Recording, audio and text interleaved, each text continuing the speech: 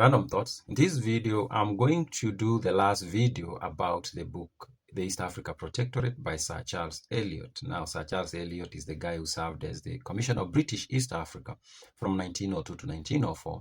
And he resigned, and then he published this book, The East Africa Protectorate, which is a very detailed book. Covers different topics about the land that was known as East Africa Protectorate, which of course later on became the Kenyan colony, and then it later on became the Republic of Kenya. So if you've watched my videos, you know what I'm talking about. I've picked a few things from this book. This is a very interesting book, and I'll encourage you to find time to go and read the book. It might make you feel a certain way because it's a book that comes from a different era. It comes from an era when some people thought of other people in certain ways that are not acceptable today. But it's important for us to go through these documents, and I've said that it's like us doing a post-mortem because it will help us understand what happened in the past. Then we will understand what happens now, and we might understand what will happen in the future, and we might also influence how things happen going forward. So this is a book I would recommend you read, and this is my last video about the book, and I'm going to read a part of this book where Sir Charles Elliot talks about the suggestion to build a railway from the Cape in South Africa all the way to Cairo in Egypt. And then he gives us some of the reasons why he thought building such a railway line was not going to be good for business. Of course, that railway line has not been built. And of course, there have always been these discussions. Up to date, actually, there are discussions about having a railway line from South Africa all the way to Cairo. And of course, one from East Africa to West Africa.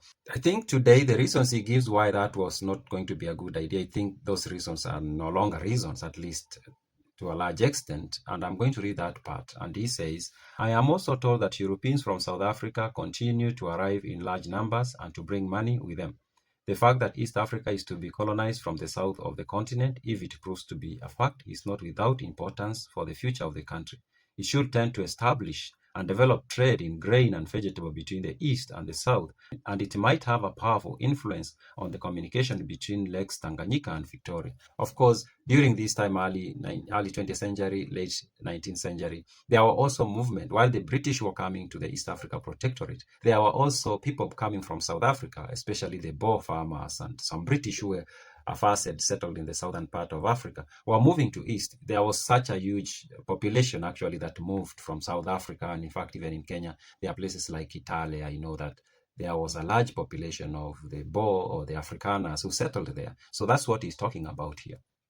The weak point of the proposal to build the Cape to Cairo railway is that so few people want to go from the Cape to Cairo, and in any case, difficulties of constructing a railway through the swamps of southern Sudan will be extreme. But the prospect of building the southern portion of the line will be greatly increased if the European colony in East Africa have commercial and other connections with the British possessions in the south. British territory touches on the southern end of the Lake Tanganyika, and the distance from its northward end to Uganda is not long, though the territory through which the future road or railway will pass is not British. So he says, while the entire stretch was not going to be viable, especially because of the southern part of Sudan, and also there were not that many people who would want to travel from South Africa to Egypt or to Cairo, but there were commercial reasons why it was going to work to have the railway line at least come up to Uganda. So that's the argument he makes in that part of his book. Those are my random thoughts.